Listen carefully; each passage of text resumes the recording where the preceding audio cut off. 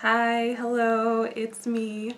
I am afraid that I don't have a full history video this week. I was going to have a video about narrative history and how cognitive science biases us towards stories with plots and characters in our histories and biographies. But I got really busy and I didn't have the time to do the research and the drafting and the this and the that. It'll be up in 2 weeks. So this week I'm doing something a little bit different. If you follow me on Instagram, you know that I do book reviews and glamour shots all kind of rolled into one. And somebody in my reading group suggested that I do one as a video where I talk about the book while I put myself together. So this week we're going to be talking about Master and Commander. Alright, so the first thing I think I should probably mention is that I was kind of afraid to start reading Master and Commander. It seemed to me, the reputation it had, it seemed to be the kind of book that you would read if you were really into building model ships or ships in bottles. Like, something about this to me just seemed like it wasn't for me. Come to find out, it is actually a really good read and exactly the kind of book that I would read. And I will say I tend to be pretty, I tend to be pretty generous with the books that I give a fair shake to. I think that I give a lot of books a shot. You know, I try different genres. You know, I tried Five Nights at Freddy's. I tried Gone with the Wind. I finished both of them. I didn't really like the sequels of Five Nights at Freddy's that much, but each one was like half as long as the one before. I don't know. It wasn't for me.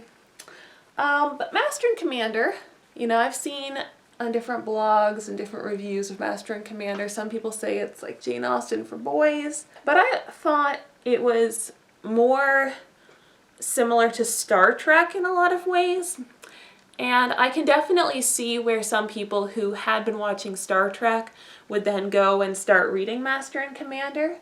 Not just because it's both on a ship and you get to know the officers and whatever personal dramas that they're doing, and you know, all of the naval jargon, like you've got the science jargon in the Star Trek series, but also this comes out in '69, whereas Star Trek, if I remember correctly, goes off the air in '68 or '67.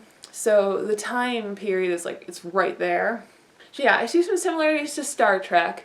I also see some similarities to Sherlock Holmes, you know, in a way. And part of this is just going to be the obvious. You've got the main character and the doctor. But then the other one that I would actually clump it into the same group as is, I would say, is very similar to War and Peace. You know, as I was reading, I kept thinking to myself, I think that if Prince Andre were to show up, he might not be, you know, hanging out with the, you know, ship's captain or whatever, but I believe that they'd be in the same world. So that was kind of nice, you know. And of course, War and Peace was historical fiction, just not of quite so far back. It was written a little earlier than Master and Commander. It's just kind of funny to think that Master and Commander was written over 50 years ago now. So yeah, I really liked it. It wasn't exactly what I thought it was going to be, but that doesn't mean that there isn't anything to the idea that this is the kind of book that the people who make model ships would enjoy, because there is something very minute and tedious about the way that it's written. Like, you have to be perfectly willing to slog through long descriptions, because the sort of necessary information is kind of like snuck right into all of the tedious descriptions, so you can't skim over it, you can't like zone out. I was listening to it as an audiobook, so for me I guess it would be zoning out. Can't do that because suddenly something will have happened and you've got to go back and you're like, okay, like what was it? What was it that's going on? So your main character is Jack Aubrey, and he's just been promoted from lieutenant to captain, and he's got to put together a whole crew, and this includes the doctor, Stephen, who cannot remember his last name, cannot pronounce his last name. Oh, that's the other thing that I think is really interesting about this. The characters, in some ways, don't really feel like they're from 1812 or whatever. In a lot of ways they do. This one specific, the first names thing, I don't know how common that was. And with the minor characters, the way that they talk to each other, it's all by last name, but then the way that the narrator's voice uses their first names. I guess it's to say that the world described feels like 1812, but it does not feel like it was written in 1812, if that makes sense. Because like if you read Sherlock Holmes or whatever, it's all Holmes and Watson. It's not like John and Sherlock. So yeah, that's just something I noticed. And that's really, I think, the big difference between Austen and this one. You know, they're written in the same time. The stories take place in the same time.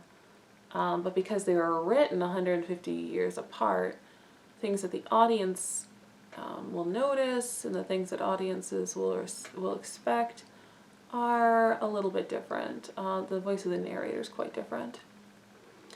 And actually, speaking of the voice of the narrator, reminds me of something that, the way I found this book, because I had mentioned I was a little intimidated by it. I thought this would be a story for middle-aged ship enthusiasts, which I am not. So the way I actually came upon it was a couple of years ago. I came across the short story Spinning Silver, which was published in an anthology. And I liked it so much that I looked up what else Naomi Novik had written, and I found out that she had written the full-length novel Spinning Silver, and I read that, and I read Uprooted, and I started reading the Temeraire series. Temeraire it's like the Napoleonic Wars with dragons. And if it sounds familiar, well, the Master and Commander series is the Napoleonic Wars just without dragons. I learned from Lindsay Ellis that Naomi Novik got her start writing Master and Commander fan fiction, so I decided, okay, I'm going to go back and I'm going to give this another shot. The plot itself, I would say, not that interesting, if I'm being honest. I would not recommend anybody read Master and Commander for this story. The thing that I liked about it was, just the voice of the narrator, the way that things were said, the way that commentary was made was all so, it almost felt like Terry Pratchett, maybe a little bit. I thought that it was, well, let me give an example. You have nothing to worry about, I do assure you, upon my word and honor, nothing at all. Oh, I shall plead guilty at once, said Stephen, and I shall add that I was sitting in the powder magazine with a naked light at the time, imagining the death of the king, wasting my medical stores, smoking tobacco, and making a fraudulent return of the portable soup. What solemn nonsense it is, laughing heartily. I am surprised so sensible a man as you should attribute any importance to the matter. So it's quite funny in parts. The thing about the characters in this story is that if you see the movie, they're not oh so similar. This story, the first one anyway, takes place at the very beginning of Aubrey's career as a captain. So he is like, I think it's like chapter 1, he gets promoted. He has to get his whole crew together, so he's only just met the doctor. I think in the movie, they were all older. Jack was, in the book, he's in his 20s. he's in a wild mood one night, and then he gets a promotion, and suddenly he's on top of the world. He's very sort of at the whim of his emotions, kind of at the whim of his circumstances, in a way that young people tend to be a little bit carried away by what's going on around them. So that was actually a nice touch. I like it when stories are written about 20-somethings. You know, there's a lot of YA fiction that's about, you know, teenagers. And then you've got a lot of books about people who are, you know, more established in life and good at things. And the movie is a story about a captain who had been captaining for a while. And there's nothing wrong with that. But it's nice to see stories about, you know, people who are not yet good at these things, who are, you know, learning about authority for the first time. There's a scene when Jack goes to check out his ship, and it's the first time he's ever felt the isolation of being at the top of the pecking order in the ship. And he's like, well, I'll get used to it eventually, but he finds it quite isolating at first, which, you know, I find very interesting, that moment of transition from being one of the men to being the figure of authority. I like that. It was really well done. I also like the fact that the doctor has no idea what's going on a ship. He was like this in the movie too. He was not a ship man. He was he's the reader surrogate as they explain things like, what is the definition of a ship, and explain where things are, how things are kept, and a lot of very tedious things. And then suddenly something important will happen, and you'll have to go back and say, oh, what was that thing I should have noticed and didn't notice. But it's good to have a character insert. Oh, and the other way that they're all kind of like Star Trek and Sherlock Holmes a little bit is that they are always taking notes on what's happening. So you've got like the captain's log and the physician's log. This is kind of a nice touch. Like the story, it's not told in journals or anything like that. It's not like how John Watson basically wrote down all of the adventures in a published journal. So it wasn't quite like that. But they do make mention of like why there's a written record, which, you know, generally in fiction I like it when there's a reason for the story to exist in the world that it was written in. That's just a personal preference. The Somnambulist is a good example of this because it's written by one of the characters from jail, and it explains not just why it's written down, but also why it's written down in the format that it is. Lolita was like this too. It was written by Humbert in jail. I swear there are times when this happens when they're not in jail, like aboard the HMS Sophie. Oh, Moby Dick, that's the other story that it's hard to imagine that it didn't inspire this book to be just very slow in explaining so many different things about being on a ship. So if you don't like slowness, you know, I can't really recommend it. If you like characters, it's a good book, but it's just very slow. A lot of characterization happens in their heads in a way that you see in War and Peace, where they'll read the room and understand like what everybody's thinking, like on a very intuitive level.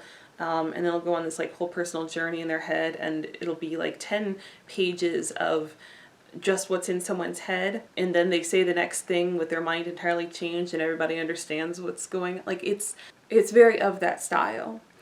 Not quite to that same extent as in War and Peace, but you see some of the same elements in there. So again, it is a slow. If you aren't into that, pass. But if you have the patience, if you're into how a story is told more than what happens, go for it. I think this would be a great book for you. And that is just about it. I will be back in 2 weeks with my regularly scheduled history video. So until next time, make history.